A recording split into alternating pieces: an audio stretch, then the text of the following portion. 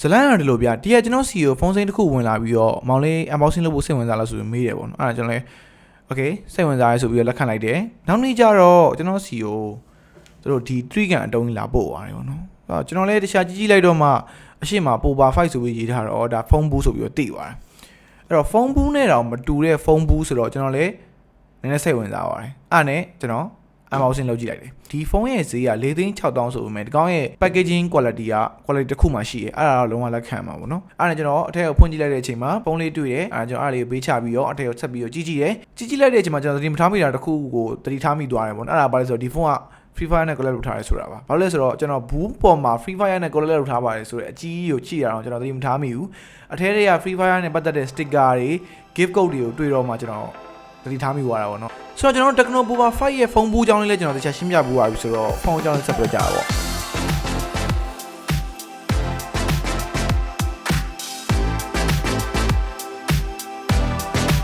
့ဖုန်းကတော့ကျွန်တော်တို့ game နဲ့ collaboration လုပ်ထားတဲ့ဖုန်း PP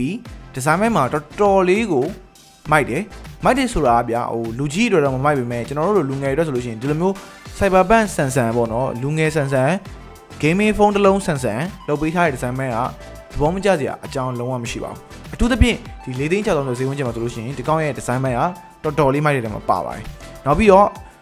့ဖုန်းရဲ့ညဘက်ချက်မှာဆိုလို့ရှိရင် side mounted fingerprint volume up down ဒါလေးထုံးစံတိုင်းတွေ့ရတယ်နောက်ပြီးတော့ထူးခြားတာတစ်ခုက 3.5mm ချက်ကိုအခုထိထည့်ပေးထားတယ်နောက်ပြီးတော့ကျွန်တော်တို့ဖုန်းရဲ့ display band ဆက်သွားမယ်ပေါ့နော် display band မှာဆိုလို့ရှိရင်တော့သူက 6.78 inch ရှိတယ် 1080p IPS LCD 120Hz high bitrate နဲ့လာပါတယ်အဲ့တော့ကျွန်တော် display ကိုကြည့်ရတဲ့အခါမှာလည်း 1080p ဆိုတဲ့အလျောက် display band မှာတိတ်ပြီးတော့ pixel ဖွာနေရမျိုးတွေမရှိဘူး display quality တစ်ခုထိကျွန်တော်တို့ကောင်းတယ်နောက်တစ်ချက်ကျွန်တော်ဖြည့်ပြီးပြောပေးချင်တာကပေါ့နော်ဒီကောင်းရဲ့ display ကိုစမ်းနေနေသတိထားမိပါဒီကောင်းရဲ့ theme နဲ့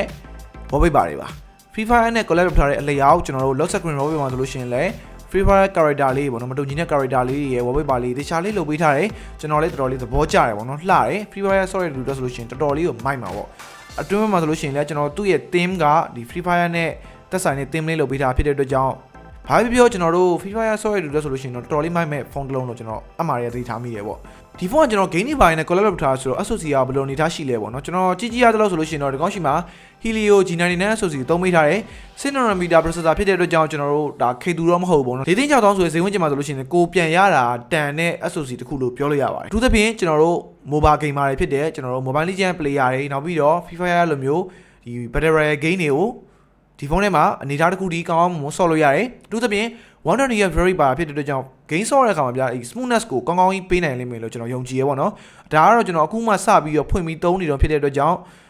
အတိအကျကြီးတော့ပြောလို့မရဘူးကျွန်တော် full review မှာတော့တခြားလေးထည့်ပြီးပြောပေးမယ်ဒါပေမဲ့လောလောဆယ်ကျွန်တော်တို့ဒီပေါ့နော်ဖုန်းကိုသုံးကြည့်ရတဲ့လောက်ဒီ day to day usage လိုမျိုးပေါ့နော်ကျွန်တော်စမ်းသုံးကြည့်ရတဲ့လောက်ဆိုလို့ရှိရင်တော့ဒီကောင်းရဲ့ high bitrate ကဘာမှတိတ်ပြီးတော့ complaint တက်နေစရာမရှိဘူးတော်တော်လေးတွက်တယ်နောက်ပြီးတော့ bitrate မှာဆိုလို့ရှိရင်လည်း option တွေထည့်ပေးထားဖြစ်တဲ့အတွက်ကြောင့်ကိုက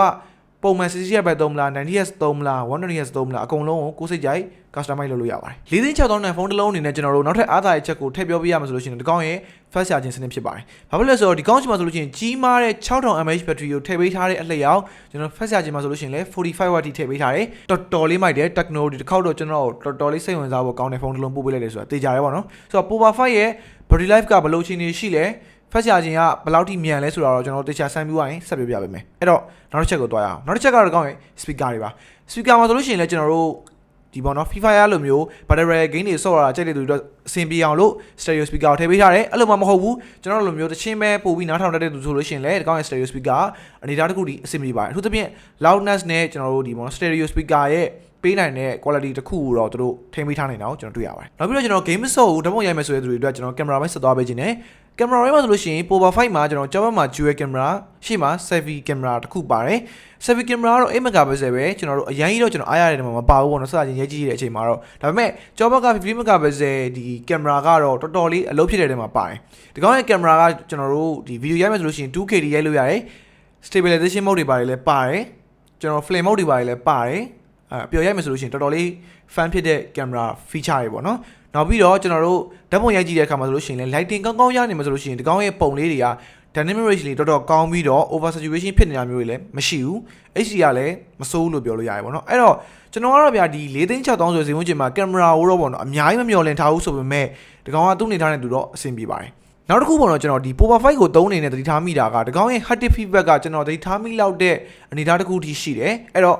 haptic feedback လည်းမဆိုးဘူးလို့ပြောလို့ရတယ်ကျွန်တော်ပြောခဲ့တဲ့ချက်လေးတွေကလည်းစုံသွားပြီဆိုတော့ကျွန်တော်အဆုံးသတ်ပေးခြင်းနဲ့အဆုံးသတ်မှာကတော့ကျွန်တော်မြင်တာကတော့ Tecno POVA 5ကဒီဇိုင်းပိုင်းမှာတော်တော်လေးအားထုတ်ထားတဲ့ဖုန်းတစ်လုံးဖြစ်ပါတယ်အဓိကအပြင်ကျွန်တော်တို့ဒီကောင်းရဲ့ပုံစံလေးကဗျာ Cyberpunk ဆန်ဆန်လေးလုံးဝခစ်ရှစ်ပြေးရလို့ကျွန်တော်ခန်းစားရတယ်ပေါ့နော်နောက်ပြီးတော့ကျွန်တော် packaging ကလည်းလုံးဝ